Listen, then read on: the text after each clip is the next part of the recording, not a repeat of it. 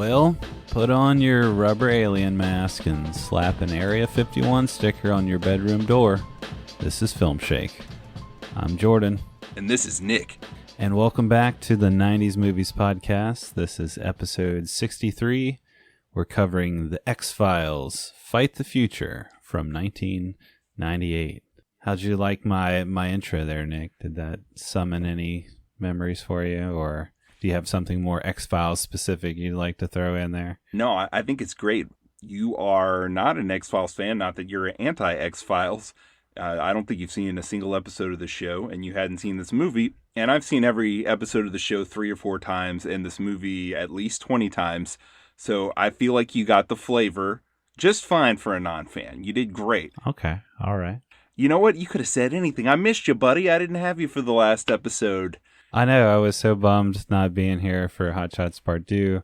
I was glad to hear Doug fill in for me or for you, and you fill in for me. However that worked out, I'm still not sure.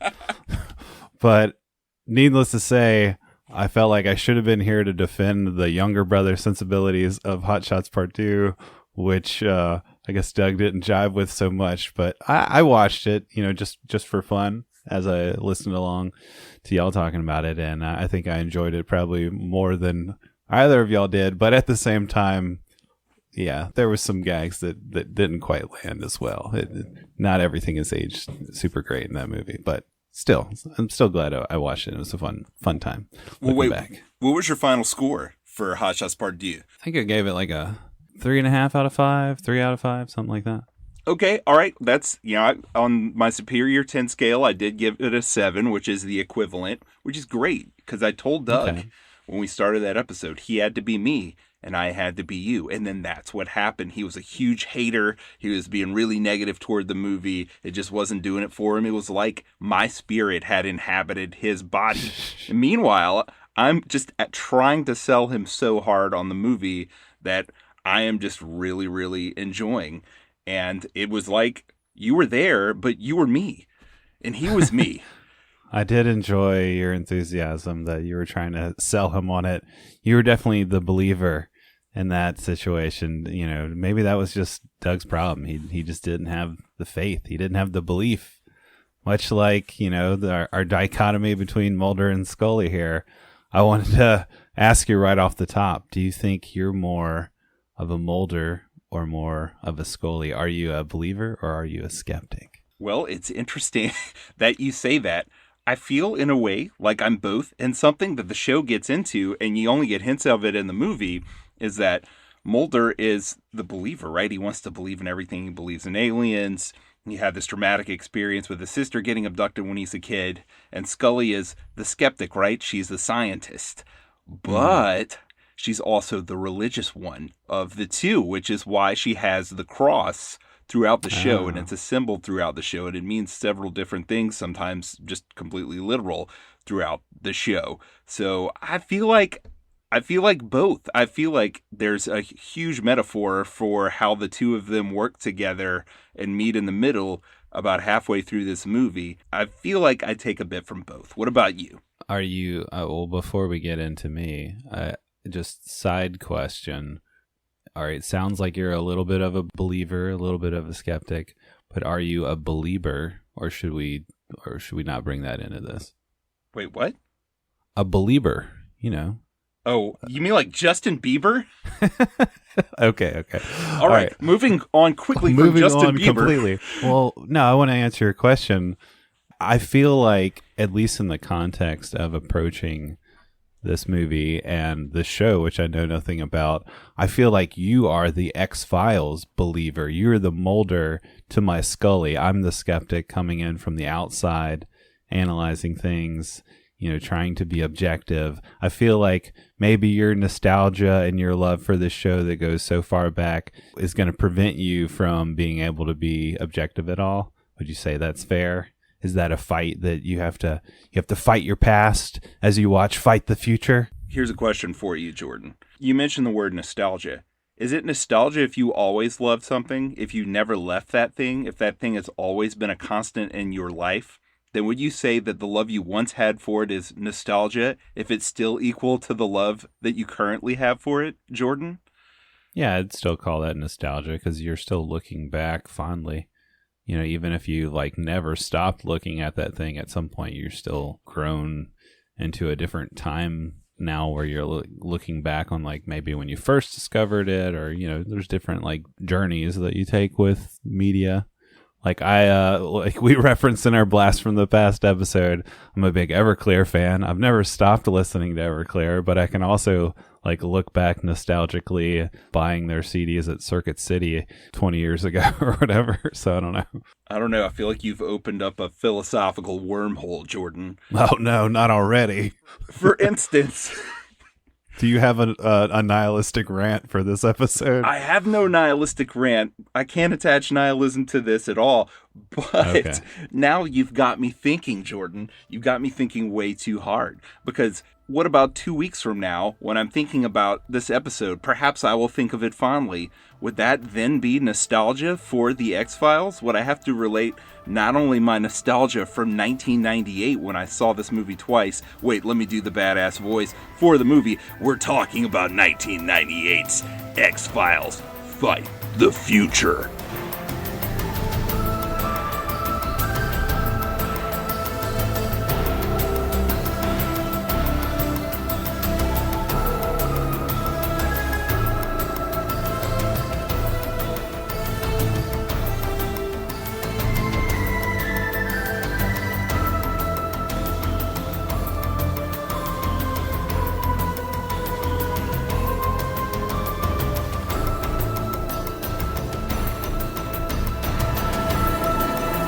Okay, good.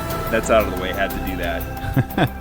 I mean, yeah, you might have nostalgia for this very recording in a few weeks where you're like, oh, I feel sentimental longing or wistful affection for that past moment I had with Jordan recording.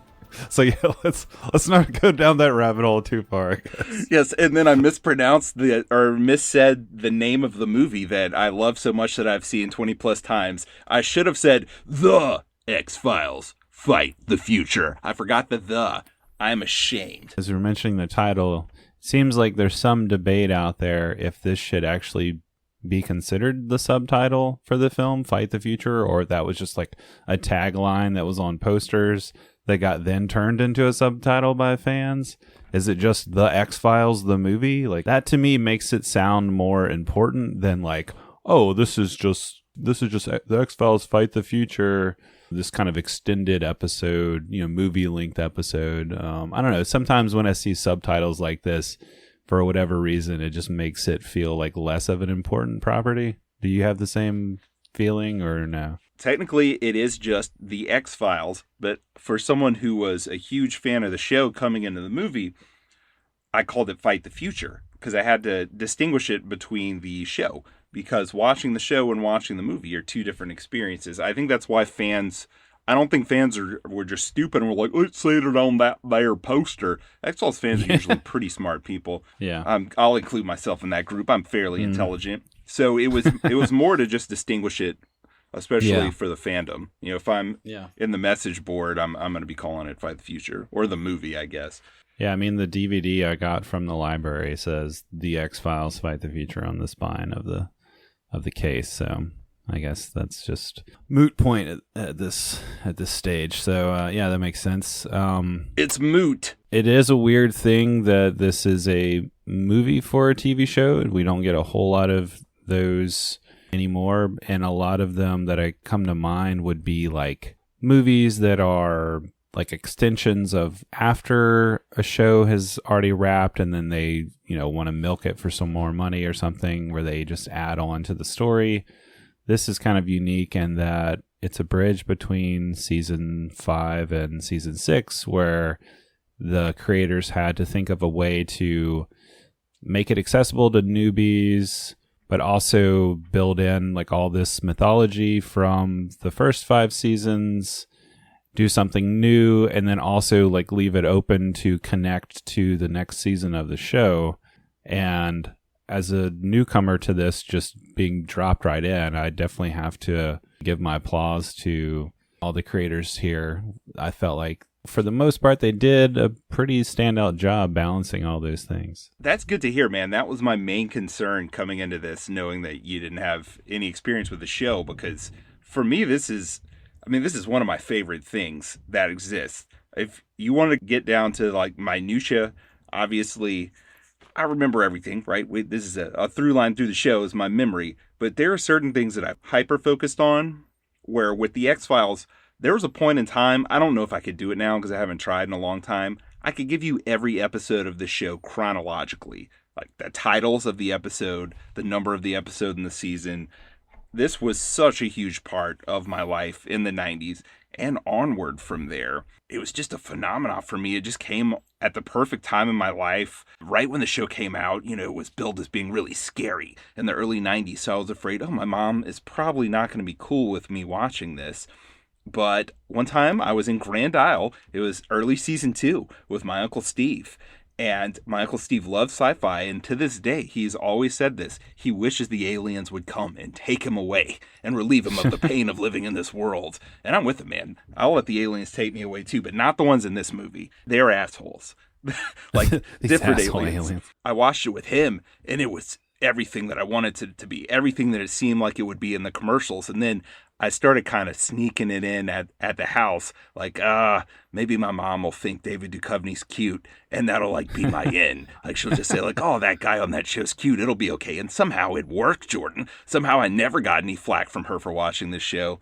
And, nice. Man, I got on the message boards. I was talking to adults. My name was MF Luder on the chat board. One time, someone said, hey, we're having a great conversation. Do you want to take it to a private chat so it's easier for us to talk? Jordan, it was a 31-year-old woman, and I had to tell her, I'm actually 16 and in the 10th grade. And then she felt awkward. That was my life, Jordan. And then she was like, well, it is just the internet. You want to keep going with this? Her handle was Detour. I still remember it, named after an episode of the show. I feel like that's just, a rite of passage for a young male in the 90s growing up with early internet chat rooms, just like finding yourself in an awkward private chat, maybe doing something nefarious. And this is the old internet with no social media. Yeah, man. So building up to this movie, I was so psyched. This was like my thing was going to be on the big screen. The only thing that I cared about as much as this was like the Star Wars expanded universe, like George Lucas's Star Wars. So it was that and X-Files. So I was so pumped for this, man. Yeah, I didn't watch this show growing up. I was definitely aware of it and caught bits and pieces of it on TV, but I don't know, for whatever reason, it just didn't jive with me. But I did watch The Simpsons a lot growing up, and for whatever reason, it feels like X-Files were featured in parody a lot on The Simpsons.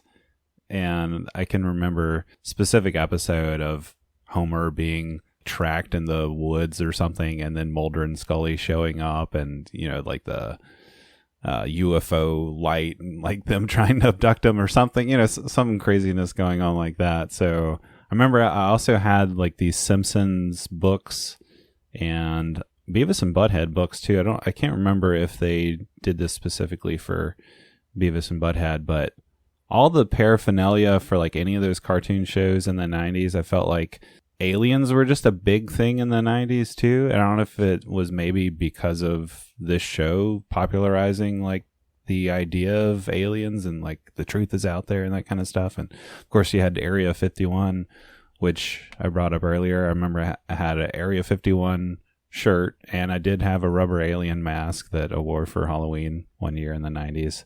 So it just felt like aliens were a pop cultural thing. Like you had those alien stickers and like alien with the green like triangle-ish head and the big black eyes. Like I just felt like aliens were all over the place, like all over pop culture, on shirts, on posters, on Zip. I think I had a Zippo with an alien head on it.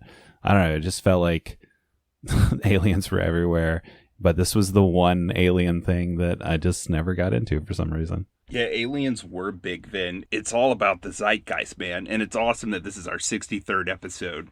I'll get to why in a second. Yeah, this show came at a time of relative peace in America. The 90s, outside of the Persian Gulf War at the start of the decade, it was a pretty peaceful decade. we didn't really have as much to worry about as we had in previous decades. The Cold War was over, Vietnam was over, Korean War was over, World War II was over. Everything was pretty peaceful, and that kind of gives you time to worry about things that are fun. So thinking, oh, what if the government is keeping an alien conspiracy from us? That's a fun thing to think about. And even the bad things you're thinking about government cover-ups like the 1963 JFK assassination. You know, who killed JFK? That was 30 plus years ago during the X-Files run. So I feel like aliens were like a good, safe thing to obsess about and have fun with. And that's why the show could really only exist in the zeitgeist then. Because really, you know, no show can really go past 9 seasons and still be good. But 9/11 definitively killed this show.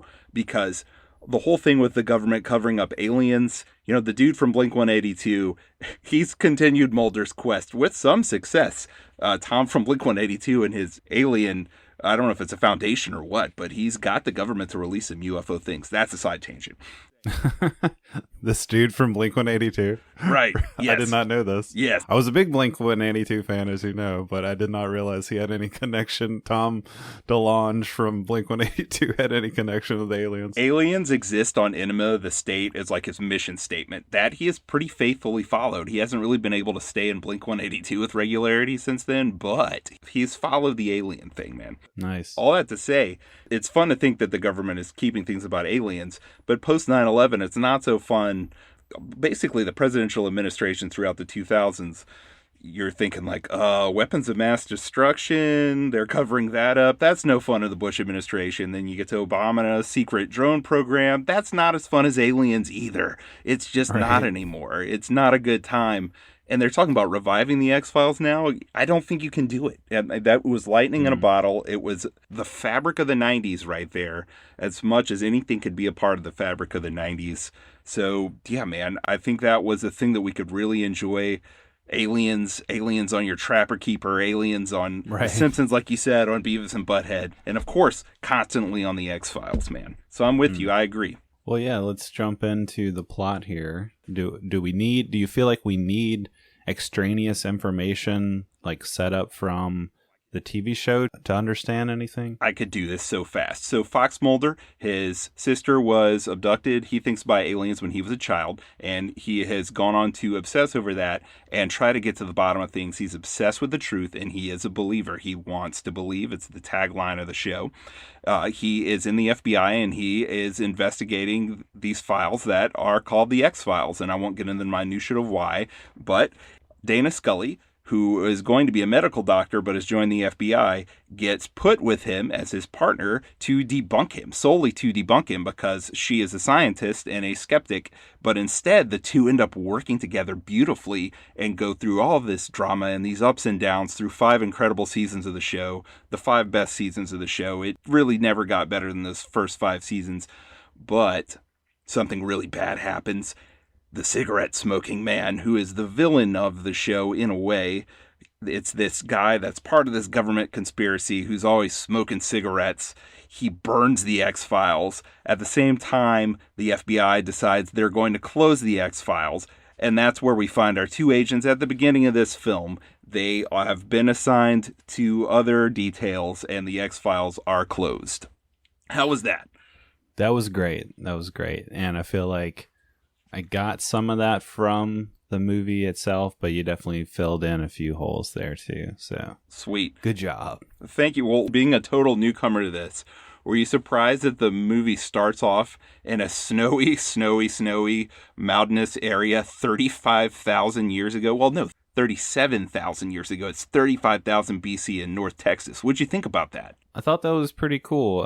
There's definitely scenes that really worked for me, and there was a few scenes that fell flat, but this opening was really great. I liked the snow, the realistic vibe, and I feel like even as we get into the present day stuff, it has a slicker style to it and a serious tone, which I imagine is probably an extension of the show's style.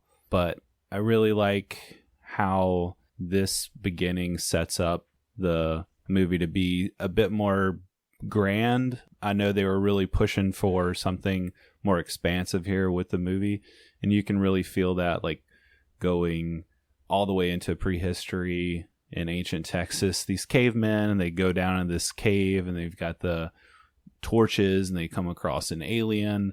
It's really well shot. I like the cinematography here, and then especially as you get down into the caves with the alien, the cavemen are being attacked and everything. It's really frenetic. It's really thrilling. You don't even really know these cavemen or these prehistoric men, but you're kind of rooting for them in a way because of this like nasty looking, creepy ass alien, which looks really wicked. I liked the production design on all this. I thought the production value was really sharp and everything looked great. So I was pretty much into this from the get-go. I liked this opening. Right on. I love that you get like a classic X-Files like anachronism here where the scientific narrative says there weren't people in North America 35,000 years ago, but there's a decent contingent who think maybe there were people here. Maybe there were some things that we don't know that were going on. And the movie just does that right off the bat. Hey, you know what? You might say there was no one here 37,000 years ago, but hey, look, not only were there two Neanderthal-looking dudes here, there were aliens too. Love that. By the way, dude, so that was almost all location in British Columbia on an ice sheet. Those caves, real. That was a real ice cave that could have collapsed and killed everyone at any point in time. That's awesome. And then, man, I'm with you, the practical effects on this alien. So the show, I mean, you get glimpses of aliens, glimpses of UFOs, but you don't just get an alien, and it's because there's an evolution of the plot here. You don't just get these psycho, intense, very nasty, very vicious aliens like this in the show, at least up until this point. They're so violent, man. The sound design for this movie, I feel like is really impressive. I watched this movie pretty much any way you could watch it, and several times with really good sound systems. This is an intense scene to open this film up with, man. I really dig it. And it looks great. This movie looks great. Yeah, I was surprised too you were talking about the practical effects there. That's definitely what gives this scene its edge. And later on, there's some CGI, and I would say maybe it looks a little dodgy, but if you consider that this is from 98, it looks pretty dang good. So overall, I just felt like this was a really good looking movie. Even when they had to resort to some CGI, I was like, okay, well, that's passable at least. I'm definitely going to give it a pass for being so old and being at a time when CGI wasn't as developed. But yeah, just overall the effects, especially the practical effects though, with like the aliens and the different like pods and all the goo and the slime and stuff, definitely dug all that. Definitely a 90s vibe that we enjoy here on Filmshake. Yeah, man, it's awesome. And a lot of the crew for the show was still working on the show because they filmed a lot of this at the same time as season 5 of the show. So a lot of the regular people who worked on the show weren't able to work on this. And the cinematographer that they got is Ward Russell. He was the chief lighting technician or the cinematographer for most of Tony Scott's films. Oh, okay. And I think we both enjoy the look of Tony Scott's films. For sure. I feel like you really get that flash here. You get like this great late 90s look to me. Yeah. I need to say this too. Obviously, I'm biased because I love X-Files. But I can watch this movie objectively and say like, okay, I love this, but I can say if something really is objectively good. So I'm going to try to do that throughout. I don't know if anyone could argue that this movie doesn't look great. It looks pretty freaking good. Right. I think it just looks pretty freaking great, yeah, in general. And that slick vibe, that makes a whole lot of sense knowing this was Tony Scott's DP. Because, yeah, it has that same vibe and that same kind of like, it's not gritty necessarily, but there is like a heightened realism and a slickness and kind of a grit and just like that blue tone that he brings to a lot of his films. So yeah, all that definitely clicks and makes sense. Those two things go together. Yeah, man, for sure. Even when you move into the future from 35,000 BC to present day in North Texas, I love the slickness there in the cut where this black oil, this weird, creepy thing, this blood that comes out of the alien. It goes in the caveman and seems to infect him, and he screams this really loud, creepy scream, and the camera pans up to the blackness of the roof of the cave, and then it bursts open, and a child from modern day in 1998 falls through. What did you think about that transition? Yeah, I dug that. I dug the wide shots of the Texas suburbia in the background and these boys on their bikes looking down in this hole. And you've got the kid in there, played by Lucas Black. I love this actor. Yes. He's one of the evil kids in the movie The War, starring Elijah Wood and Kevin Costner. I just grew up really loving that movie, and he's one of just like the nasty Southern kids that he comes up against. And this kid has got like the most Southern accent ever. He's like, y'all, I'm down here in this hole. There's some black goo. Like the way he talks is so. They ask him if they can have the skull, and he says, "No way, butt wipe." It's amazing. Yeah, no, exactly. The way he says butt wipe is so 90s and so Southern. It was perfect. I was like, I love this kid. So glad to see him. But then, yeah, when the black alien goo stuff goes into his eyes, that was really creepy and kind of mysterious. So setting this all up, like, okay, now we have this alien presence, or I don't know, it reminds me of Spider-Man, like the black symbiote suit, like invading you, like the Venom suit or something. Yeah, thought all that was really cool, interesting tie-in to the Neanderthal people. Yes, and shout out to Friday Night Lights movie. Shout out to Fast and the Furious Tokyo Drift, where Lucas Black just kills it. Great little actor, man. Love that guy. Didn't realize he was in that. I've never seen any of the Fast and Furious movies except for the first one. You should just watch the third one. It's disconnected from all the other movies outside of one tangential thing. Just for Lucas Black. Yeah, and Bow Wow. It's amazing. But again, like, I have to praise the technicality of this movie. You have the kids, and it seems like you're in a really rural area, but did you love the pan-up reveal to the city skyline in the background? Yeah, I love that whole shot. It was good. With Mark Snow's symphonic music, which I've listened to the score for this film probably 1 billion times. It came out 2 weeks before the movie was released, Jordan. So I bought it the day it came out when I was in high school, and then I listened to it nonstop and looked at the track titles and tried to imagine what the plot of the movie was. I miss the 90s. You were really into this movie, into the show in general. I don't know if I've ever listened to a score 1 billion times like that. Like I know you're a big score guy. Yeah, I don't typically go and listen to like film scores. I enjoy soundtracks for sure. But yeah, you're definitely different in me that you would like listen to this score CD over and over and over. I don't think I've ever done that. Yeah, man, I listened to it a ton. And Mark Snow is also the composer for the TV show, and he really shocked a lot of people because the music for the TV show is mostly synth-based and pretty minimalistic and creepy, not very bombastic, very effective, very good, but not this. And I don't even think Chris Carter, who created the show and wrote the movie, I don't think that he even knew that Mark Snow is capable of this. Everyone was kind of shocked, like, I guess we got to get a composer of the film for the film. And then he did this and blew everyone's mind. So I think it's a great score.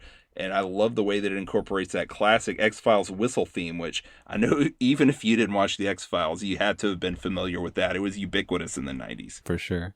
How about our introduction to Mulder and Scully? They are in Dallas investigating a bomb threat on a federal building. I guess you would know how to introduce this better than I, but yeah, it definitely seems like from the get-go with Mulder's character, he is trying to think out of the box, or he's like kind of going against the grain as far as he's like across the street having this hunch about this other building right across from where the bomb threat was. So what did you make of that, knowing his character from the first 5 seasons? Well, first of all, I love that Terry O'Quinn, who is John Locke in Lost, and he actually played multiple different parts in multiple different X-Files episodes. There's a few actors who did that. But I love how he lands. He's a special agent in charge of the situation. And the introduction of Mulder is so perfect. Terry O'Quinn's character, he is nefarious, and he's actually there to make sure that the bomb goes off. But the thing is, the bomb is in the other building where Mulder is, and I love him looking across the great expanse between the two buildings and just seeing a lone figure out on the roof, which is Mulder, which is a great setup for his character because he's spooky Mulder. He has always had these intuitions that have proved correct, which earned him that nickname. And his intuition here is right as well because the bomb is in that building. But yeah, you get great banter between him and Scully. They do a really nice, brief, kind of natural lead into, okay, here's what happened and who we are and why we're up on the top of this building. I don't know. Hopefully that caught you up pretty well on the situation, but it also pretty much gives you a picture of who the characters are too. So I dug all of that stuff. Yeah, I had a pretty good idea of who these characters were, like just from the very beginning. I guess you saying that about him being spooky and having his intuitions like always proven right fills me in a little bit, because there was a part of me like, why do you think the bomb is in the other building across the street? Like, that just seems kind of random. And then when it is, it's a little happenstance. But if that jives just with his character and the general kind of mythology of his intuition and his experience throughout the rest of the show, then that makes a little bit more sense. Right. Well, it was like a thing on the message boards. There'd always be people that were like, great, another episode where something crazy happens and then Mulder guesses exactly right what's going on and Scully is skeptical and says that can't be it. It must be a rational explanation. But then at the end, Mulder is right. And then to all of those people, 16-year-old me would be responding, why are you watching the show then? Like, this is the obvious formula of the show. If you don't like it, watch another show. That's what this show is. I mean, I guess if you do that too many times, I could understand the complaint of just like, oh, well, like, it's just a little convenient for that to just always happen. But if it's explained that he has this intuition that's unexplainable, then that makes a lot more sense. I did really like, as we get introduced to the characters, he has this little speech while they're up on the building, and he says, if we fail to anticipate the unforeseen or expect the unexpected in a universe of infinite possibilities, we may find ourselves at the mercy of anyone or anything that cannot be programmed, categorized, or easily referenced. And that just seemed so true to me. I don't know, that just rang like really smart and true, and I liked his character from the get-go because of that. And I don't know, just thinking about even in today's world of like social media and ad campaigns and literally being programmed to, I don't know, yeah, you're at the mercy of like, if you just put everybody like, and politically too, it's like if you put everything in like a certain box and, you know, like you're just always expecting the expected and not looking outside of things and like analyzing things, then if someone does come along or something does come along and it's like it can't be explained easily or categorized or, you know, easily referenced, then I don't know, I just felt like that clicks with like a view of the world that I have as well. It's just like you just can't always fit things into black or white boxes, and having him say that and that tying into like the theme of his search and everything was pretty cool. You quoting the words of Fox Mulder, my hero, that was nice. I enjoyed that. The thing about the show and the movie, really just X-Files in general, is it works in archetypes. So it's really completely apolitical. It's working in really large archetypes between truth and lies and believing and being a skeptic.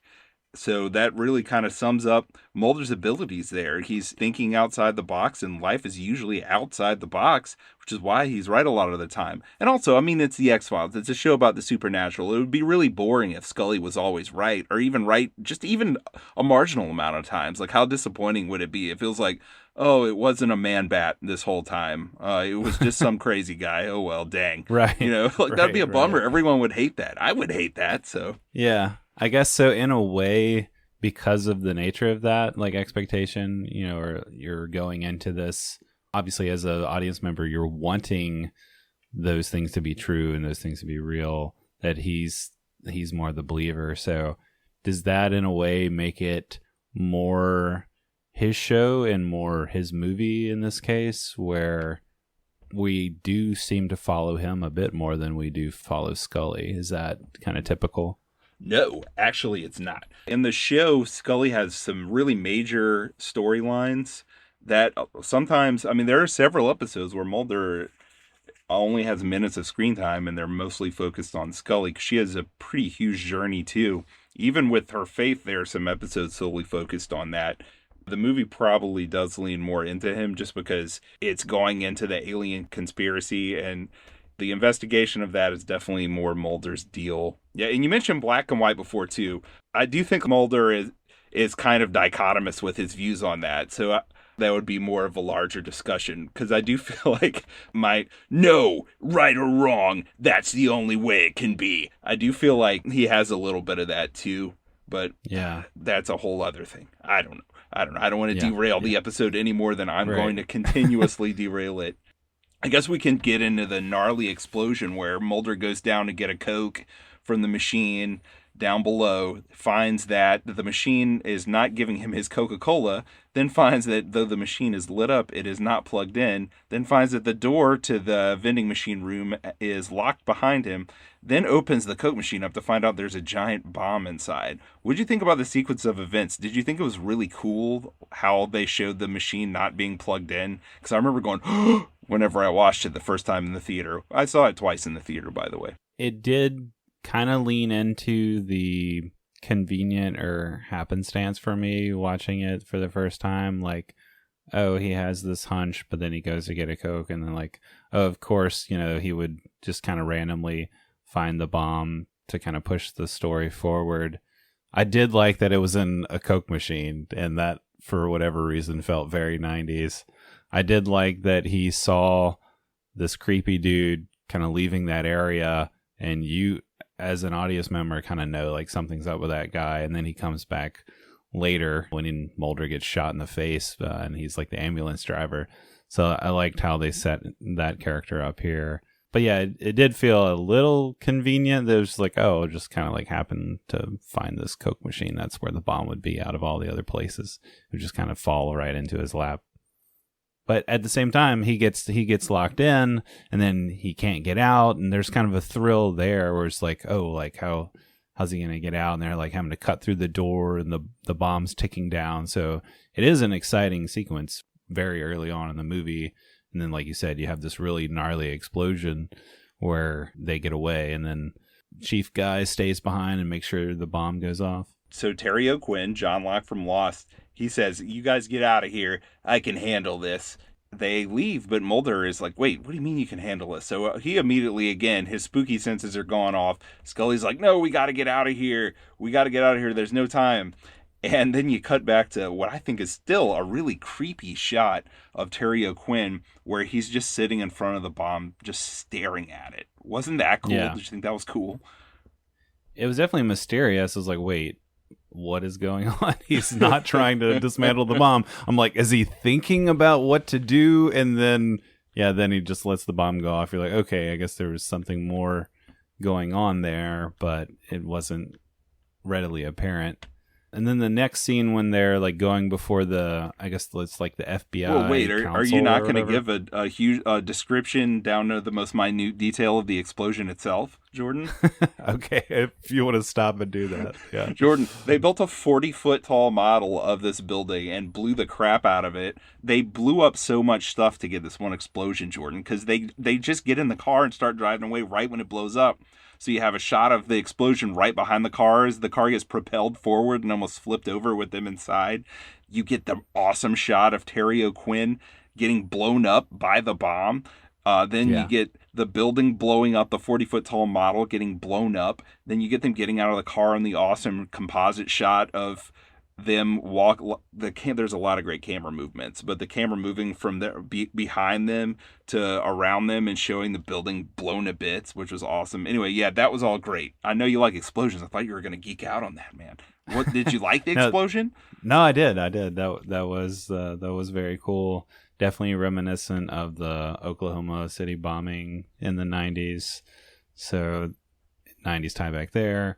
Not cool real life thing, but in the movie, it is cool. It does look gnarly. Yeah, it's an alien cover up, so it's all right. It's an alien cover up. Yeah. I was gonna mention when they go before, I guess it's like the performance review board with the FBI, and they're basically being blamed for the explosion, blamed for like the loss of life here, which seemed a little weird because it's like, all right, but because of Mulder's intuition and knowing that the bomb might be over here and he stumbles upon it, everybody was evacuated, and there would have been a significant amount more loss of life if it hadn't been for Mulder and Scully. So that seemed to be, I don't know, I didn't know if that was like going to be revealed later more, like that's part of the cover up in some way, or if that was just like, oh, we have to make this feel more like tension and more like drama, and kind of twist the narrative here to make it look like our heroes are, not on the top of their game or something. So it's just like, that felt a little strange. What did you make of that? I think it's a combination of the way that they're always getting screwed and getting blamed for things that aren't their fault, but also I think it was mainly because they broke protocol, because they were supposed to stay with Terry O'Quinn's character with the bomb to help him defuse it, and he told them to leave, and Mulder wanted to stay, but also Mulder is very protective of Scully, which you see to a huge degree in this film later on. I think it was more that they broke protocol, and there's not, with a lot of 90s things, and oh man, Arlington Road from 99 the year after this, one day we're going to have to cover it, but that's a huge theme in that movie, is the way that people like to say it was the work of one person. You got to blame somebody. It has to be just one person's fault. So I think there's a bit of that there too. They do kind of go into that where it's like the narrative that's being shaped here, and we have to shape it a certain way so that, somebody is to blame. And I do think, like you said, they do a good job of giving you the sense that Mulder and Scully are just getting screwed by the government, getting screwed by the different organizations, and, that they're just kind of on the receiving end of all the crap. So, yeah, I did feel that throughout the film. I thought they did a good job with that aspect. Sweet. Also, I love that they were just in Texas and they were like cracking jokes about the Astrodome and stuff, even though they were in Dallas. Because it made me think, hey, I was just in Houston. That's like right down the road. Mulder and Scully are right down the road from me, Jordan. That was fun. I enjoyed that. They're my friends. My friends are nearby. My buddies. And you also get their old boss, whenever they were running the X-Files, Skinner, played by Mitch Pileggi, or Pileggi, I can never pronounce his name right, but that's par for the course. He's there making concerned faces and trying to help the two of them, which, man, he has such a huge backstory, but you don't really need it for this movie. He's just basically one of their concerned superiors. But Jordan, you go straight into something that's new and only in this film. Now that the X-Files have closed and Mulder is bummed out and trying to figure out what his reason and purpose for being is, he's got a dive bar. And I love how we cut to all the glasses on the table and the pan up to his face. And the cool dive bar that's playing the punk band X covering The Doors.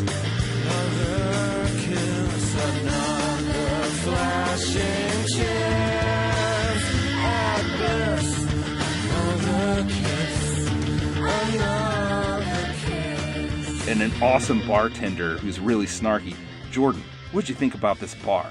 Yeah, I mean, it was cool. Again, I guess this stood out to you more maybe because it was different from what you get to see in the show. They do go back to the bar quite often, and then not just the bar, but the alleyway behind the bar, and like multiple alleyways that are just like wet and greasy. And at one point, Mulder is pissing on a Independence Day poster because apparently the creator of X-Files hated Independence Day, so he wanted to have him piss all over it. So I thought that was fun. This bar and this alley are like the late 90s aesthetic to me. It kind of reminds me of, really, since you have the cinematographer you have, it kind of reminds me of Fight Club, whenever they have their first fight, just the two of them, with the flickering light and street lamp, or whatever light was flickering, and the like gritty, grimy street. And there are rats everywhere, Jordan, including a rat makes a great appearance late in this film, running across the street.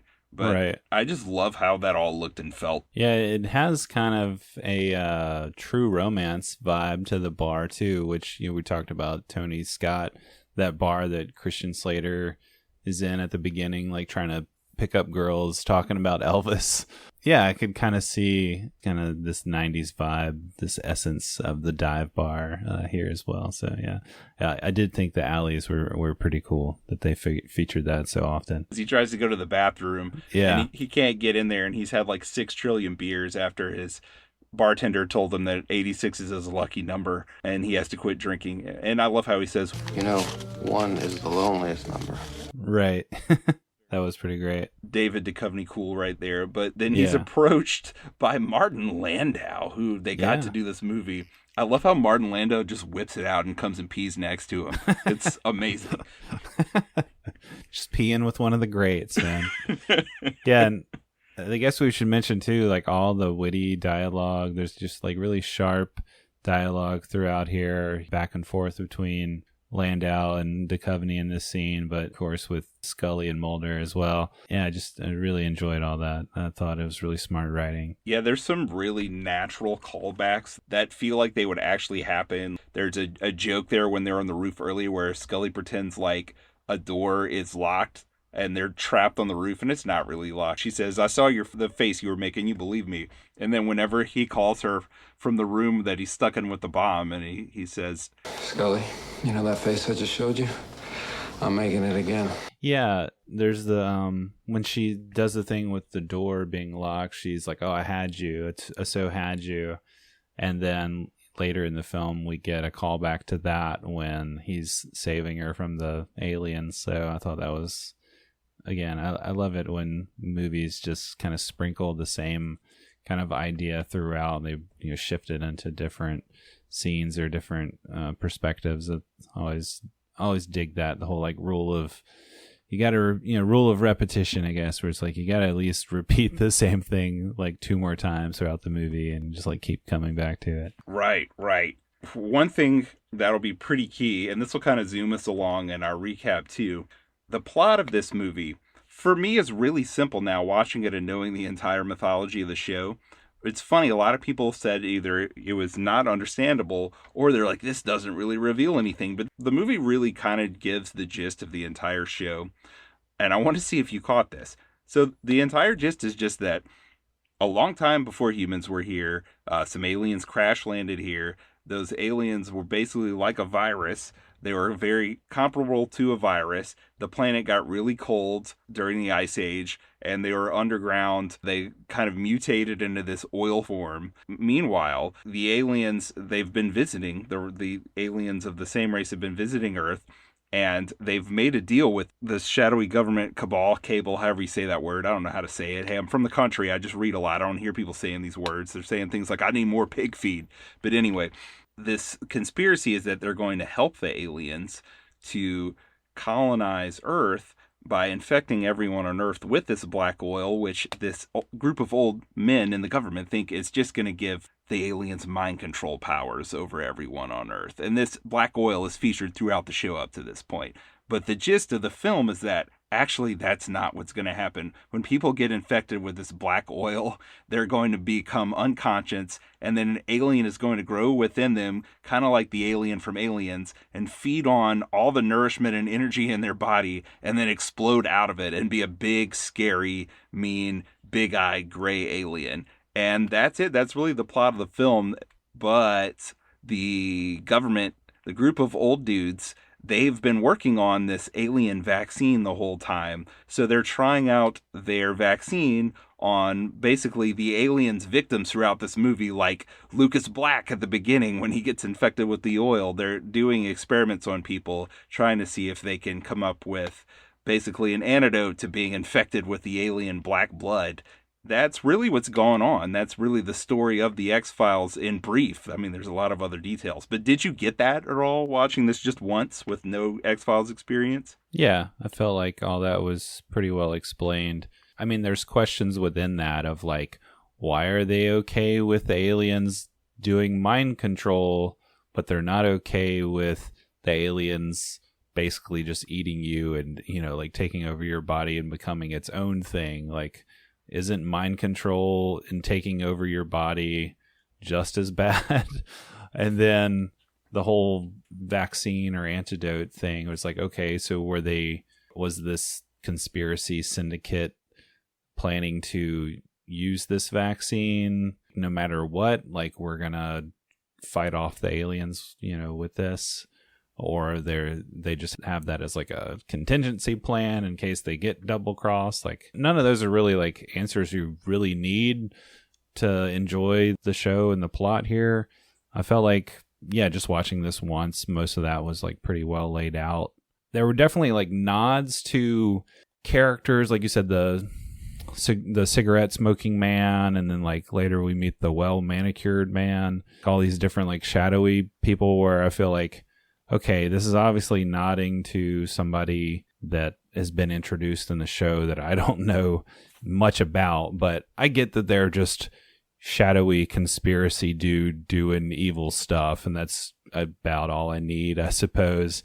There were just like a lot of old white crusty men that were like at times hard to keep up with, like who was who and who all was doing what. In the end, I felt like I was pretty well rooted, just coming back to Mulder and Scully, being really invested in their characters. So anytime we'd kind of go off into weird shadowy characters that I didn't know, it always came right back to David Duchovny and Gillian Anderson. So it kept me in the story for sure. That's good to hear. This is the point in the movie where you kind of bounce back and forth, where old man Martin Landau is like, hey, there were these bodies that were in the building that got blown up, and the entire explosion was just to cover up how those people really died. And those people are Lucas Black and the fireman who went down to save him that got infected with the black oil. The building was basically exploded to cover up their deaths and how they died, which is, that's the other thing that Mulder and Scully get blamed for, Jordan. I forgot to mention that. It's that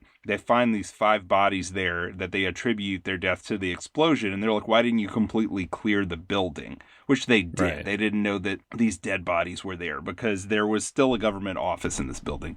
I feel like I'm going blah, blah, blah about plot. All that to say, Mulder and Scully have to split up. Scully is doing an autopsy on this body while Mulder's going back talking to Martin Landau again about all the stuff I just said. But then finally they meet back up again in North Texas. You have the old men, the crusty old white men, as you said, meeting together, conspiring about the fate of the world. But I love how the well-manicured man, it's this old, really proper British guy who we see has a large family that he's sort of the patriarch of. Whenever he gets called into this meeting, you just get that brief shot of him at his mansion in the British countryside. But right, they're all gung-ho about what's going on, and he's not. You can tell that he has his reservations about what's happening.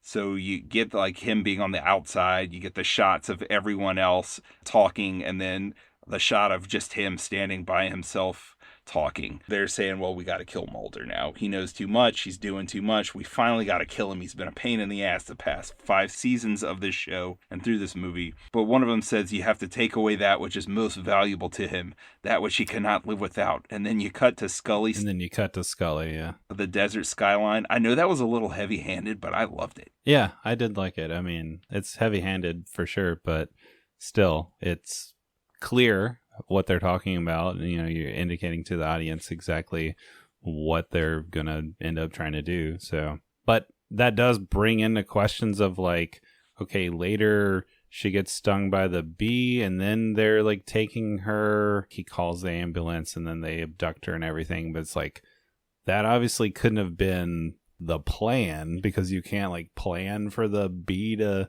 sting her unless, I don't know, they were somehow controlling the bee. I don't know if it's like, all right, like how are they going to go after Scully? Did they ever intentionally go after Scully? Anyway, yeah, they find this new playground where the caves were. Like, they covered everything up literally with this astroturf and this clean looking playground. I did like the creepy vibe of that.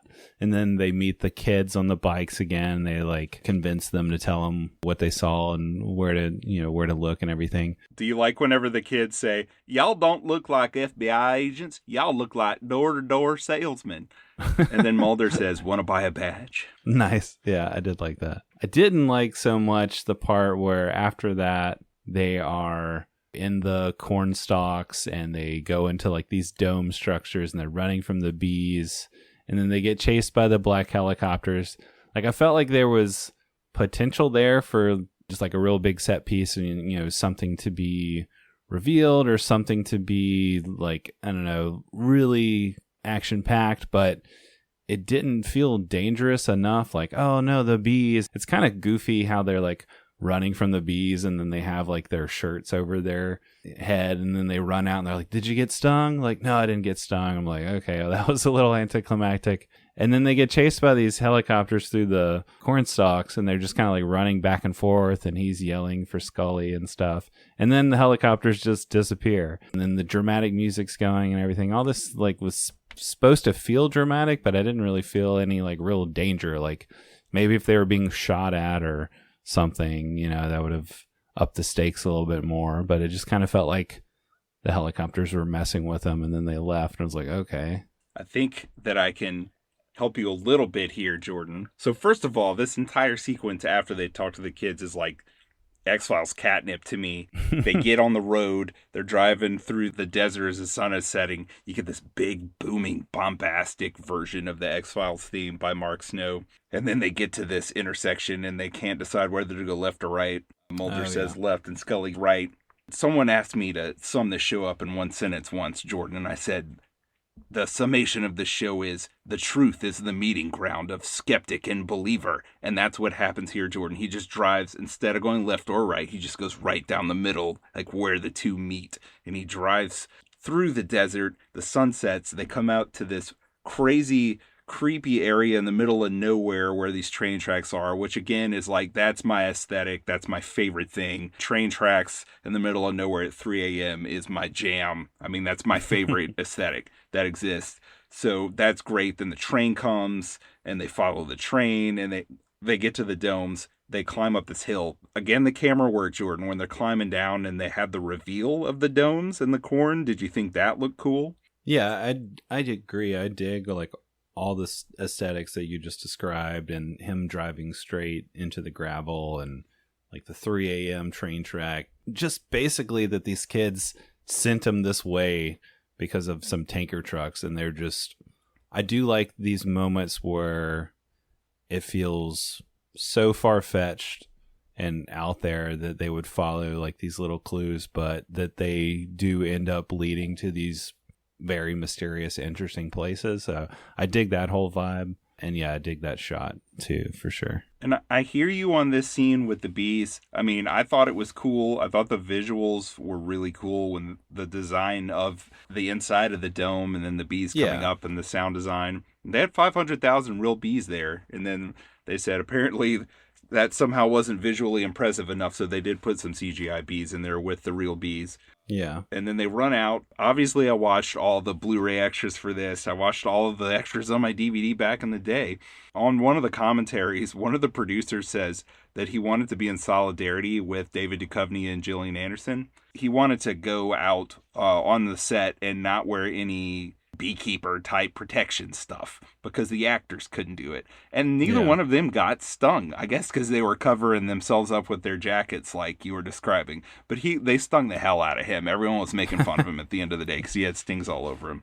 But what happens here is, so the helicopters come just because there's been an alert that someone has broken in to the domes. So the helicopters come to chase them down. What I believe happens is we already know that they're trying to find Martin Landau's character, that they think that he's the informant who's telling Mulder all this stuff. So I think whoever was flying the helicopters got a call that said, hey, it's this guy. We want to follow him, back to his informant so we can catch the informant, which is what happens. So I think that's why the helicopters appear and chase him through the corn and then all of a sudden just disappear and suddenly they're just able to escape. It's because it's just like Star Wars, Jordan, when they let the Millennium Falcon go at the end of the movie before the big Death Star battle. It's because they were following them to Yavin Base and there was a tracker on the ship. All right. I guess I'll buy it.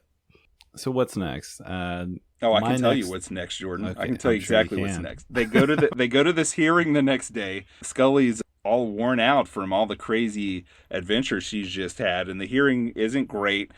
They decide they're going to reassign her. So she shows up at Mulder's apartment in the dead of night telling him she's quitting the FBI. If you've been watching the show this whole time, this is especially emotional. Like, she's going to quit the FBI. The two of them are going to part.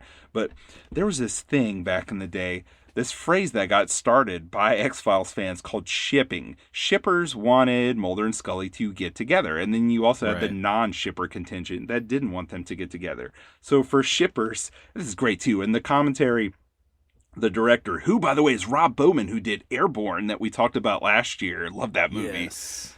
So they went around to movie theaters, and including the theater, was it the Chinese Grauman Theater in L.A.?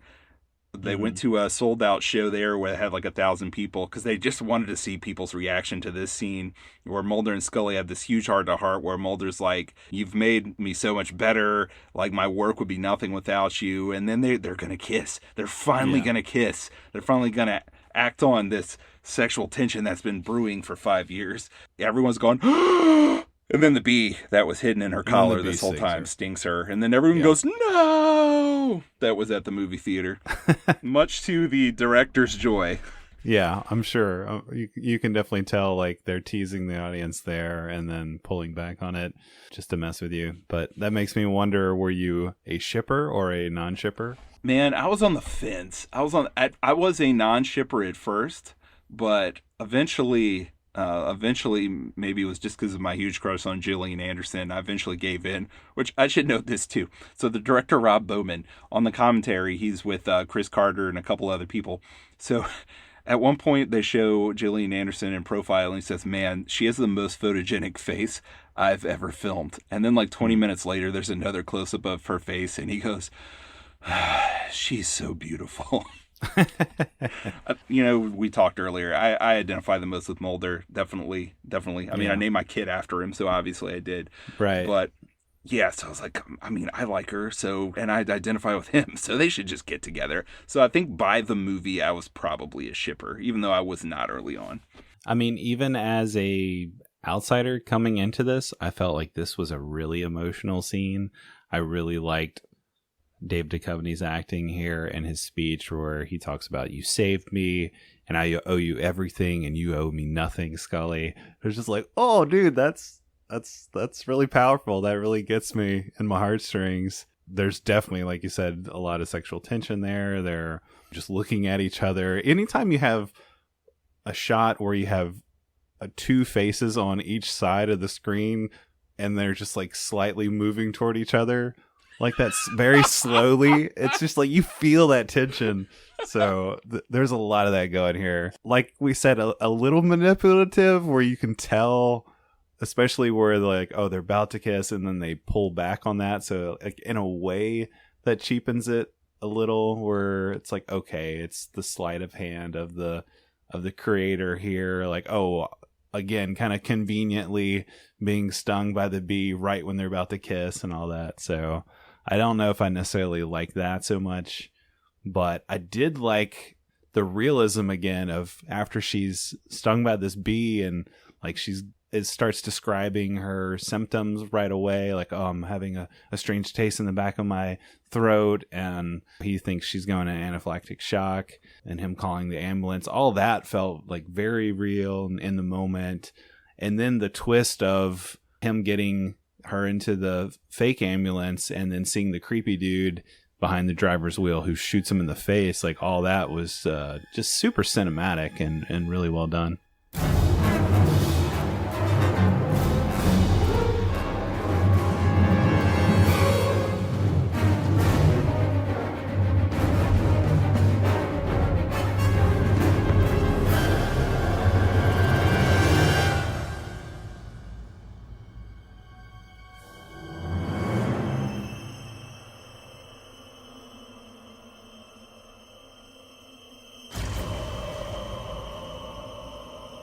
Right, because the syndicate were listening in, they heard the call, and I love the detail too that the reason that he survives is he really did call an ambulance. So as soon as the fake ambulance pulls off with him on the ground bleeding out, the real ambulance pulls up and takes him to the hospital.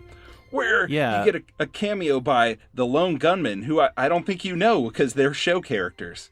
Yeah, I kind of figured that as far as like some of those characters thrown in that didn't have any other purpose for being there other than maybe like a nod to the show. I do think that aspect of that other ambulance showing up and we're kind of looking at him on the ground, right? And we see the ambulance in the background kind of out of focus coming toward him like, oh, this is the real ambulance. I think that little bit is indicative of the writing here, and that I never felt like the writing was dumbing something down to me or over explaining things that didn't need to be explained, stuff like that, where it's like, oh, that was a fake ambulance and here's the real ambulance, or anything stupid like that. I just appreciated that it respected our intelligence as the audience. It would be different now if they made this now. I feel like exactly it would be different. Chris Carter, he had a period of time where he was just working well. I think it's kind of like with George Lucas. He sold Star Wars, and whenever George Lucas left, it's like, well, he's gone now. Blame Disney for all the problems. With X-Files, Chris Carter never left. So when something goes bad, it's like, he created it, and he's still doing it. So we have to blame him for what's going wrong. But he's really working. In the 90s, he could pretty much do no wrong because he made this show called Millennium 2 with Lance Henriksen that ruled. But the writing that he does here with Frank Spotnitz, really good, man, really good. And, you get these three guys, the lone gunmen. They're like conspiracy computer nerd dudes that were Mulder's buddies. They pop up in the show. One of them has a huge crush, Frohike. He has a huge crush on Scully, which is really great. They're just here basically so that Mulder can get out of the hospital. They help him bust out so he can meet back up with Martin Landau. But the reason that the ambulance driver felt so free to shoot Mulder now, whereas they were let go before, is because they've found Martin Landau and they don't need Mulder anymore. And Martin Landau has been killed, Jordan. He's dead. He's come and gone. Yeah. I did like the car bomb explosion that we get shortly after this, where Mulder's brought in by the well-manicured man and explains all the alien history that we've kind of detailed and gives him the vaccine, and then kaboom. Yes. Nice fiery car explosion. It's so awesome. And if you fetishize like 90s conspiracy late night aesthetic like I do, it's just so great with the creepy music playing as they're driving through DC, and you get shots of the Capitol building in the background as they drive by it. And then, man, that explosion is great. In the commentary, they were pointing out how proud they were that there's a bullet hole in the windshield from whenever well-manicured man shoots the driver of the car. And it makes it seem like he's going to shoot Mulder too, but he lets Mulder go. And like you said, gives him the vaccine and some coordinates. But when the car explodes, there's a shot of the car and there's smoke just trickling out of the bullet hole, which is just like a cool detail of continuity, which I liked. But also, dude, the big rat as Mulder's getting out of the car. And it's a real rat, because they said there were rats all over the city streets of LA where they were filming these scenes. But also, obviously the well-manicured man is a rat. He's ratting out the syndicate, and this big rat runs across the street. Dug that. Enjoyed that. Like that more than the rat at the end of that Scorsese movie, The Departed. I thought that was a little heavy-handed. Here it's just in the background. I'm not saying this is a better movie than The Departed. Right. I don't really like that movie, but... Yeah, I'm not a huge Departed fan. But I love the rat here. Best performance by a rat in a movie, I feel like, is right there. Notice the rat. He didn't have a pizza. He wasn't dragging a pizza, so, that was the only thing. But, this wasn't New York. This kind of goes into what I was talking about earlier with following these leads, these really far-fetched ideas of, okay, at this point, he's got this vaccine and these coordinates, and even in the car, he's questioning this guy like, oh, are you lying to me? Like, how can I trust you? He's obviously been enemies with this guy before. But then shortly after this, we just kind of cut to Antarctica, and here's Mulder like all the way in Antarctica with just like a piece of paper with the coordinates and the vaccine, and he's just tracking down where he can find Scully and these aliens. And I don't know, I like the aspect of that a lot, where it felt unrealistic in a way to where like a lot of other movies you would just, I don't know, they would show the process of getting there and maybe it being more normal. But here it just felt so like far-fetched and strange and like, okay, he's this lone guy just following these coordinates on this piece of paper all the way into Antarctica. Like something about that just felt really epic and ridiculous. And there's even a moment where he's like driving this snowplow machine or whatever, and then he's just like in the middle of nowhere in Antarctica and there's nothing around. So you're just like almost for a moment thinking, was I just fooled and I've gone to another continent in the middle of all this snow and there's nothing here? So I really liked that moment and that aspect of the plot. Dude, I'm so glad that you like that, because the movie up to this point has definitely been larger than the show and more epic. But whenever you get the transition from the car on fire in the street alley to really just silence for a minute, and then this wide sweeping Antarctic landscape, and then the sound of the snowcat Mulder's driving slowly build up in the soundtrack, it's just so epic and so big and something that the show could not have done. And so surreal. The last 30 minutes of this movie are very surreal, in my opinion. It really goes in a place that the show just hasn't been able to go to. And I love the last 30 minutes, and I love that part too. I mean, it's crazy that he got to Antarctica in 48 hours. And there's another part about them leaving Antarctica that was a running gag with X-Files fans after of how they get back home. Could that be the next movie? But I love it, man. I love it. And you see this Antarctic base, which was all practical. It's on this ice sheet that they filmed at before. They just used that ice sheet as a location again. But two things. A, the little modest base on top, considering what's underneath. But also, the crew members were working out there and got stuck there in a storm overnight, and they had to hide out in the base set while this giant blizzard was coming across that ice sheet, which probably was terrifying. I think that was probably pretty scary. I'm sure. Well, yeah, you mentioned the practical effects here too, and then especially when we get down underground into the alien ship or the pods. Right, and Mulder falls into it again, almost by accident. Right, which is, yeah, maybe another convenience of the plot, or he's just like I guess he's going to infiltrate this base somehow, but yeah, then he happens to just go right down into where he needs to find Scully. They specifically did that because they've always made it a point, and David Duchovny has been heavy into this too, that he's not like James Bond, he's not an action hero. Right. So he kind of bumbles or by happenstance gets where he needs to go. Yeah, I think there was even a moment where when he pulls out his flashlight, I'm like, shouldn't you also pull out a gun at this point? I don't know if he doesn't carry a gun typically or what. He does. Okay. But he never pulls it in this film. Yeah, and it just surprised me, okay, you're somewhere where there's enemies, enemy conspiracy syndicate, and there's also aliens everywhere. So I'm like, wouldn't you want to protect yourself with more than a flashlight?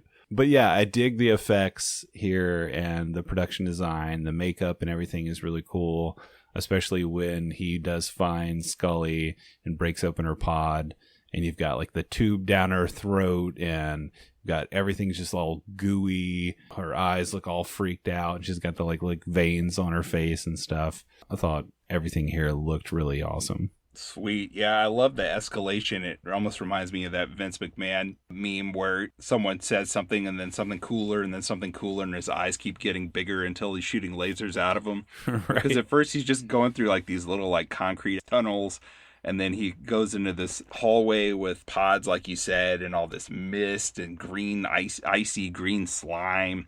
And then eventually he gets down to where you again get one of these awesome shots where the camera is moving behind him to reveal how large the inside of the ship is. It's kind of Geiger-esque, but it doesn't feel like a ripoff of anything else, and it looks great. The matte paintings are great. The CGI, really good, man. Some of the CGI laid in this movie, I feel like in the last 5 years, I haven't really seen anything look that good, which is a bummer. I feel like some of this 90s CGI is kicking 2023 CGI's ass a little bit. Yeah, like I said, I felt some of it being a little obvious or a little dodgy, but especially for late 90s, it looks pretty damn good. And you mentioned Geiger-esque.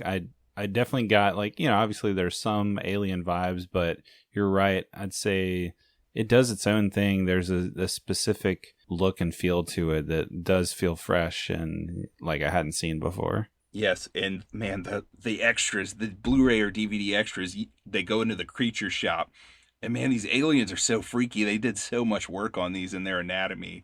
And I just love how Mulder finds Scully. First he finds her cross, which I thought was great. That was awesome. And then he finds her and he busts open her tank and drains the water out.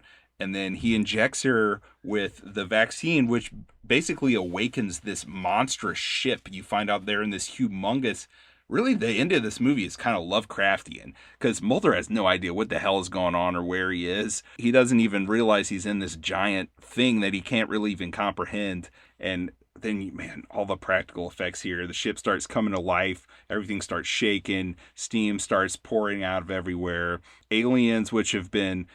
Basically, it's people that have been infected, and the aliens were incubating inside of them and ready to bust out right before the people got frozen. Now they're starting to unfreeze, so the aliens are stirring to life and busting out of people's torsos and trying to break through the glass to get to Mulder and Scully. As Mulder's trying to revive Scully, who is naked, thankfully he brought a jacket for her so she doesn't have to run around Antarctica nude, but she's freezing and barely conscious, and he's carrying her around after he's already like traversed to this spaceship and done all this really physical stuff. So he's trying to get her out of there while all the aliens are busting out and starting to chase him, which again, for the show, like, this is huge. There's so much action. The production values are so high. Not that they aren't in the show, but not to this level. And the music's pumping. I thought all this stuff was pretty thrilling. Did you like it? It seems like you were into it. Oh, I was super into it. Yeah, it was very thrilling. Just the time crunch of like, can I revive her? Can we get up into this shaft before these aliens pop out and get us? And then the hands of this alien crashing through the pod and grabbing his legs as he's trying to get up. All that was super thrilling. Thought really well done. Like you said, the production value is great. Thought the aliens were really cool looking. You didn't see too much of them, which, like you said, again, if this was made today, this would be different. We'd see way too much of the creatures, but I felt like the balance here was just right, where like I could get hints and an idea of the design and of the menace of these creatures, but there's definitely still some vagueness and some mystery left to the imagination. So I really enjoyed that. Sweet. Yeah, they said on all the making of stuff that they wanted to go with the Jaws model, that less is more, but they still wanted to show you a good bit and for it to look good, but that less is more would be the best way to do it. And I feel like they show exactly as much as they should. And then again, with the practical effects, they do use some CGI here. They finally get out, just barely get out, after everyone else, including Cigarette Smoking Man and all his little soldiers there, have evacuated. And they get up to the ice, and then the ship starts lifting off, and it's under the ice, which means all the ice starts cracking and falling, and they're trying to run away from it. They don't quite make it. It looks like they're dead, and then all of a sudden, as the ship lifts up into view, they slide off of it safely onto the ice. I thought all that stuff still looked pretty damn good, man. And plus, It's the adrenaline of the scene, too. But what'd you think? Yeah, I thought it all looked pretty damn good. Yeah, surprisingly so. Yeah, and then the ship flies very slowly off into the clouds. I think, again, it looks great. You get this mournful trumpet sound as, again, Mulder saying, "Look, Scully, look, you got to believe me now. There's a giant freaking spaceship right here." Yeah, and of course she's knocked out. Which is great. They're laughing so hard on the commentary at how much pleasure it gave them to not have her see the ship.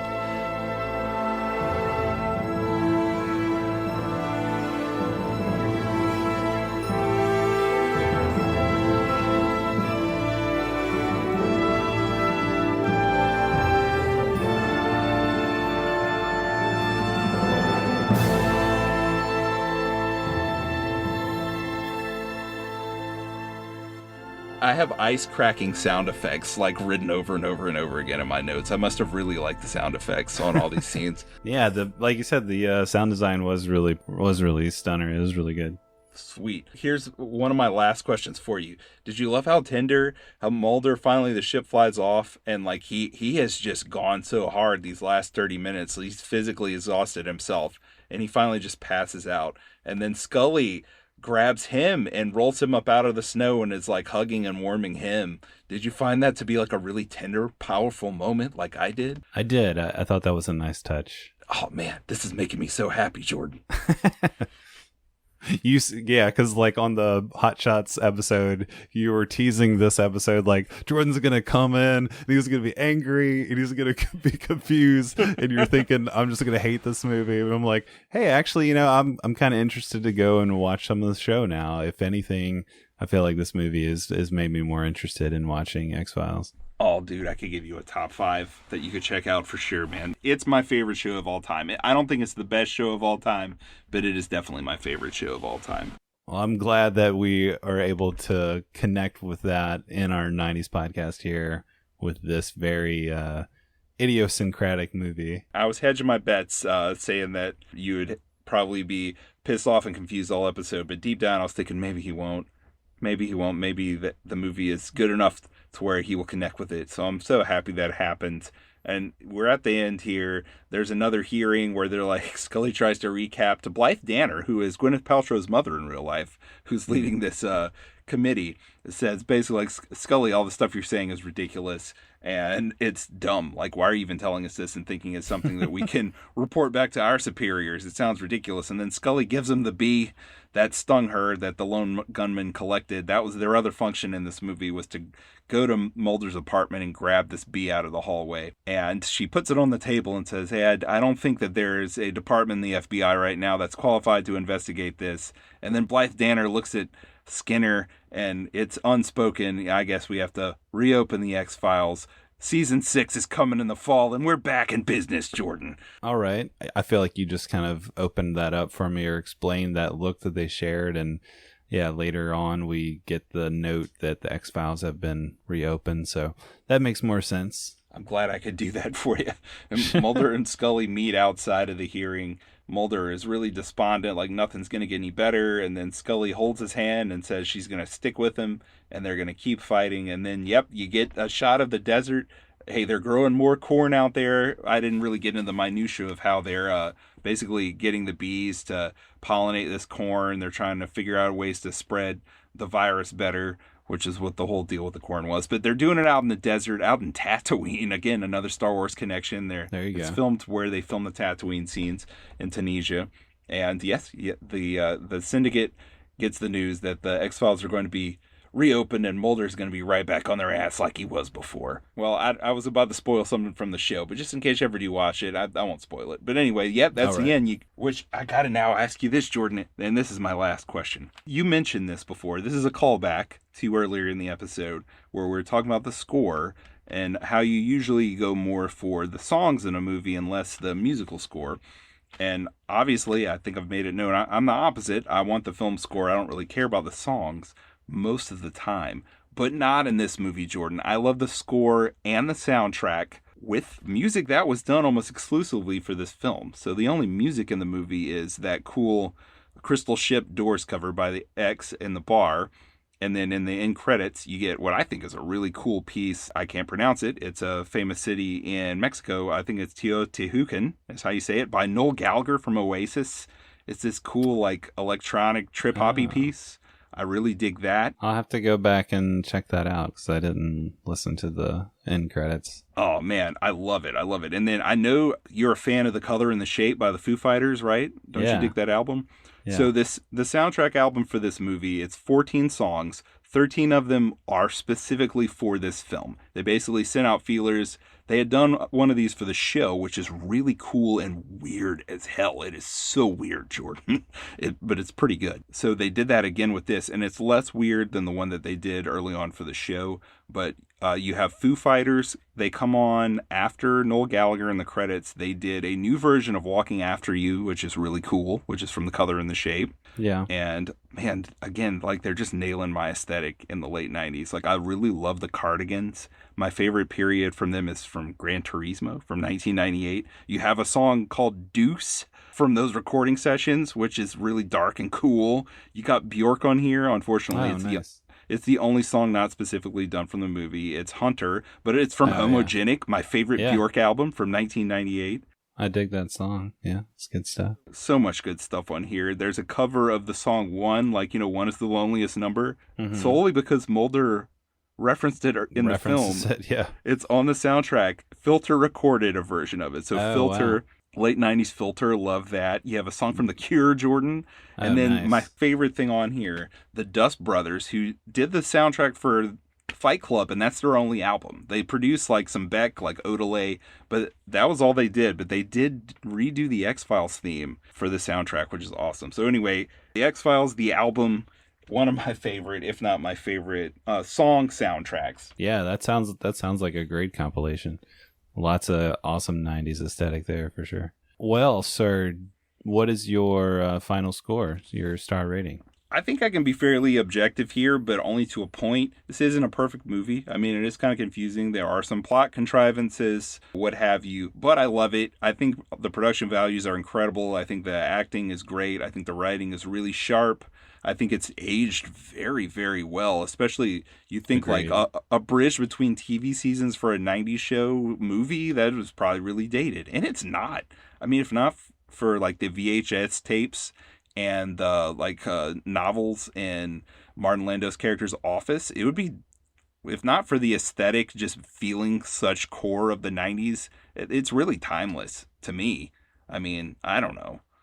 Yeah, I mean, even though it has a sharp late 90s aesthetic, it also, like you said, has aged really well and could feel very modern. Like there's just, I guess, again, with the writing and the way it's shot, like everything just looks really good, snappy. So I could totally see this coming out today and it being just welcome and right along with anything else that's being produced like for TV. Or I don't know if it's really even a complaint, but it definitely feels like an extensive, like expanded episode of a TV show in some aspects, but it goes so big and so grand at times that it kind of makes up for that. I think I'm right there with you. Did you give your score? I don't think I did. My score is an 8 out of 10. I give this an 8. It's really one of my favorite 90s movies, to be honest with you. It's not like the best 90s movie, but I've watched it so much, and it's just a lot of my favorite stuff over the course of 2 hours. So, 8 out of 10 for me. What do you give it, bud? Yeah, I'm close to that. Maybe not as high. I was giving it 3.5 out of 5, but I dig all the aesthetic, especially, even if I'm not up to speed on everything going on here with it ties back into the mythology of the show. I felt like they did a really great job. As a newbie, I could kind of jump right in and especially root for and care a whole lot about Dana Scully and Fox Mulder. So just for those two characters alone, just the great acting from those actors, and all the stuff we talked about with the aesthetic and the vibe, and all the gnarly practical effects with the aliens. I dig all that. It definitely kept my attention and was really thrilling in moments, even though there was a few let down moments. Overall, I really enjoyed this. That's good to hear. Do you have a connection between this and Hot Shots Part D? I don't. Do you? I think the best connection I can give is these are both 20th Century Fox movies. And I do believe that the first time I watched Hot Shots Part 2 was on the Fox network. So there you go. That's the network that X-Files aired on. I think that's why they named the main character Fox Mulder. Fox in the 90s crushed it, man. That was my favorite TV channel in the 90s. Hey, there's a lot of helicopters in both movies. We'll just go with that. That's true. Man, Fox Network. Simpsons, King of the Hill, Futurama, The X-Files, all on the same night, back to back to back to back. How incredible is that? I guess, now that you mention the Fox Network, that makes sense that Simpsons would have a lot of X-Files references. Yeah, dude, they're not just sharing a network, they're sharing a night. Pretty awesome. Yeah. Pretty awesome. We talked about a lot of awesome stuff. I guess that has to end now so that we can talk about 2008's The X-Files, I Want to Believe.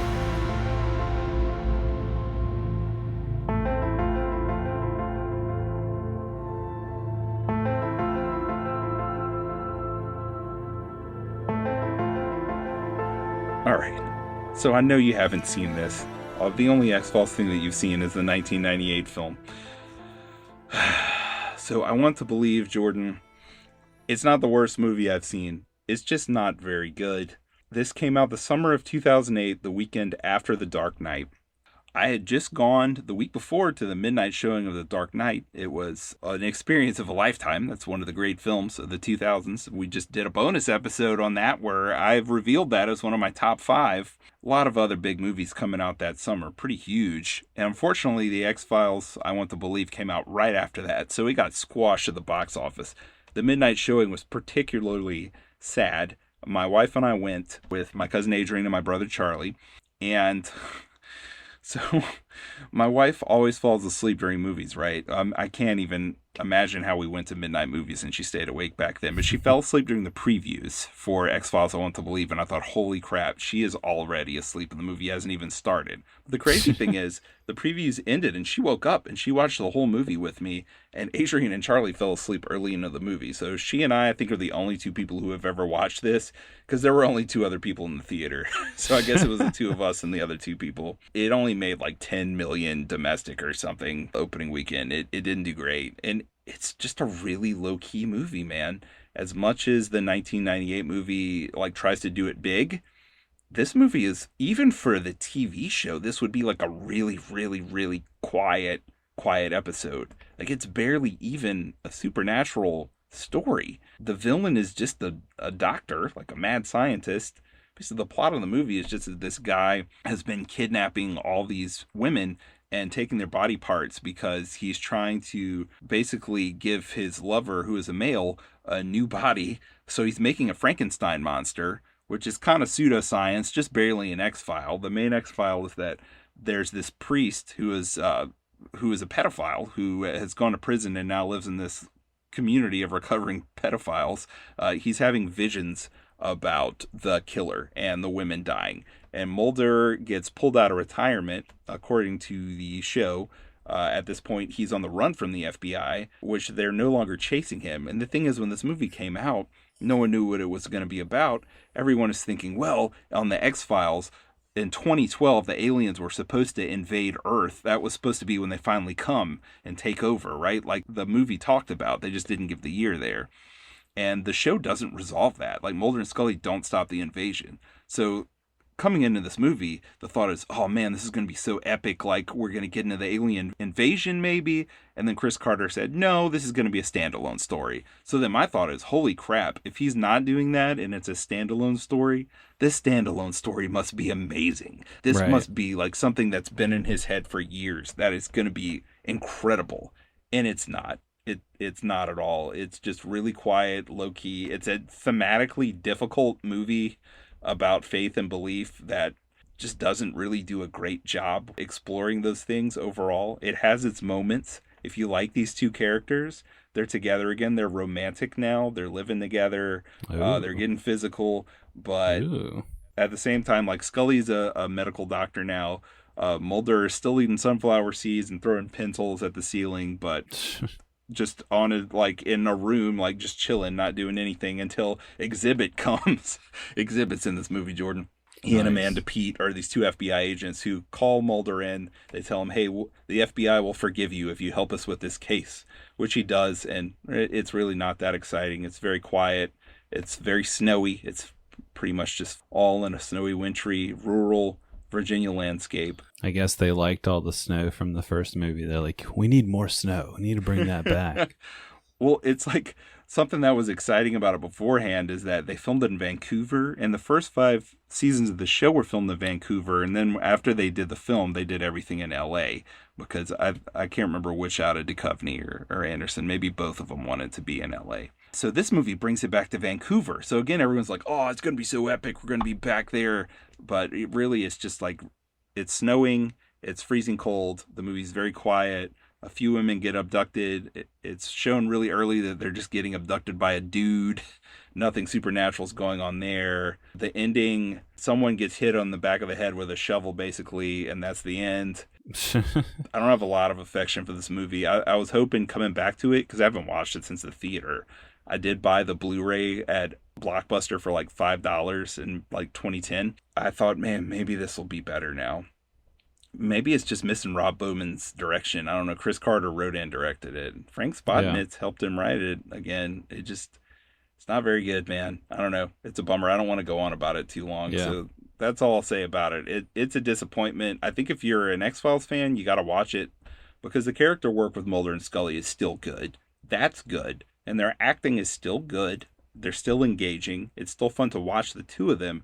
They're just not really surrounded by much here at all. Well, that's definitely the draw for me going into this blind, is just wanting to see more of the character work between them. I think it is a really interesting dichotomy and dynamic. So at least it has that going for it without anything else. So right. Yeah, that's it. That bumps it up to a 5 out of 10 for me because I just love them that much. And I like at least where they end up at the end of this movie. I do like story-wise, as far as just the two of them, not necessarily the story of the movie. So it's enough to do that. But I mean, you're better off just watching like an average episode of the show is better than this movie. Gotcha. Well, with that said, we can move on to our trivia battle. Hold it! Pop quiz, hotshot. Oh, Jordan, so you missed last episode, and I did a special thing. That thing was called Does Doug Do What Jordan Don't, which is a play on Sega Does What Nintendo Don't. And he kind of did, Jordan. He kind of did. I asked him 4 questions that I had asked you and you had missed, some of them multiple times. Just further shaming me on this podcast. Just want to tarnish my reputation at trivia even more. Yes. Mocking you when you're not even here. And then I wrote one special question for him at the end. You're welcome. You're welcome. And you're welcome for this. So since you're coming back here, I'm going to do something special for you. So I will not be fielding any questions from you. I will take whatever punishment is coming toward me because you're picking the next episode. It's Jordan's pick. And you can pick the punishment, whatever you want, man. Anything you want, I guess I'll watch. But here's the deal. I'm giving you a third chance. We're going to play Does Jordan Do What Jordan Don't? I'm going to ask you the same 5 questions I asked Doug. Oh, no. Let's see if you can get 3 out of 5 right this time. I mean, I just listened to this, so it'd be really sad if I don't get these right. Really, you should get 5 out of 5. Shame on you if you don't get these all right. Shame on me. And shame on our listeners for having to listen to these questions again. The thing is, we're going to do a lightning round, because this should not take long. This should be fast. Okay, so you need to be on your toes. You should know these. All right, I'm waking up. I'm alive. Here you go. For the 400th time, for the love of God, please know the answer to this, Jordan. 1998's The Water Boy. I'm not going to ask the question like I do before. Frank Karachi, you got it. Frank Karachi directed The Water Boy. All right, here we go. Who directed the 1986 cult classic The Boy Who Could Fly? Nick Castle. Yes. Oh, yes. Okay, that's 2 out of 2. Let's keep it going. All right. Catwoman, Jordan. Who directed Catwoman? Yes. Oh, my gosh. Ding, ding, ding, ding, ding. This is almost as good as the X-Files movie right here. This is giving me so much joy. Okay. All right. Who directed White Chicks, Jordan? Keenan Ivory Wayans. Yes, you got it. You weren't fooled the this patriarch. time. Yes. You did it. All right, here's the final question. Now, this one I've only asked Doug, but you said you just listened to it, so you should know it. Raging Bull cinematographer Michael Chapman worked on this Michael Cadden Jones directed comedy starring Michael J. Fox from 1991. Doc Hollywood. You got it. Yay. You're so smart. I'm so smart. I just had to repeat the answers that you gave, Doug, for our last episode. That's all. That's right. That's all. I'm a genius. Basically, your greatest strategy at winning trivia is to not show up. There you go. And I get all the questions right. I'm amazing. What are you sticking me with? Because I've won. I've so valiantly won this battle, if you can call it that. All right, so my pick for next time. I've been wanting to do this movie for a while. We're coming up in the summer months. This feels like a hot, sweaty, action-packed movie that I just loved growing up. This is going to be 1995's Desperado, directed by Robert Rodriguez, Antonio Banderas, Salma Hayek, a little Tarantino cameo in here. Got our buddy Steve Buscemi. All right, so that's going to be the main pick. Now, what would you guess would be the punishment associated with this movie? Is it another Rodriguez movie? It is. Oh, which one? All right, so I know we're both not fans of movies that start with Once Upon a Time in their title, but I saw this movie in the theater.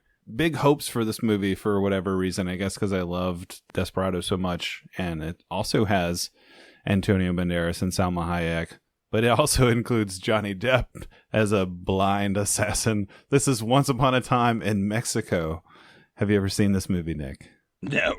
Oh, okay. I'm really like conflicted about punishing you with this because I just remember being so disappointed and hating this movie so much when I saw it. Now I'm just intrigued, since you've never seen this, that you'll have to watch Desperado, and it's somewhat of a sequel. This is Once Upon a Time in Mexico. If you've never seen El Mariachi, that would be the first film in the series. So you can just make it a triple bill if your heart so desires. I know you love extra punishment and doing extra homework for these things. I'm not a huge Rodriguez fan, so I think I'll pass. I think I'll just watch two. Watch two. There you go. All right. Well, enjoy that. Enjoy talking X-Files with you, where you got to geek out about one of your favorite things.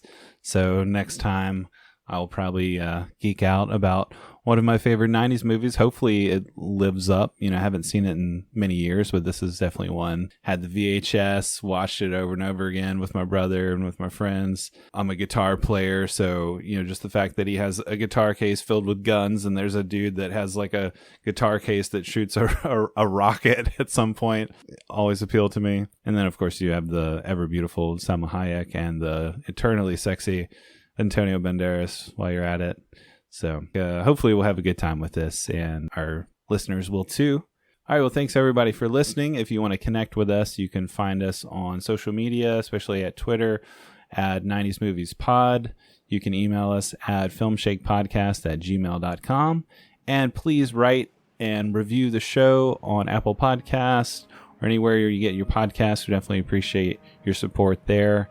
And you can support us for sure with your dollars if you'd like and get bonus content. You can go to patreon.com/filmshake and sign up for at least $3 a month. You get a bonus episode from us every month and other cool stuff there. So appreciate you guys listening. We'll catch you next time for more Film Shake. Take it easy.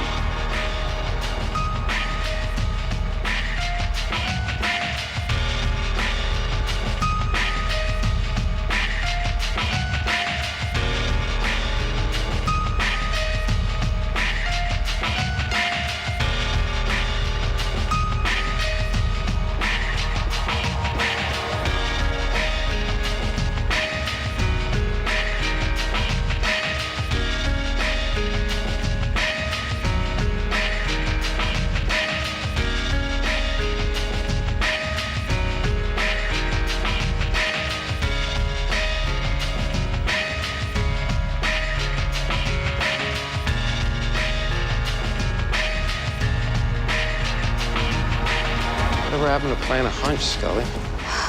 The element of surprise, random acts of unpredictability. If we fail to anticipate the unforeseen or expect the unexpected in a universe of infinite possibilities, we may find ourselves at the mercy of anyone or anything that cannot be programmed, categorized, or easily referenced.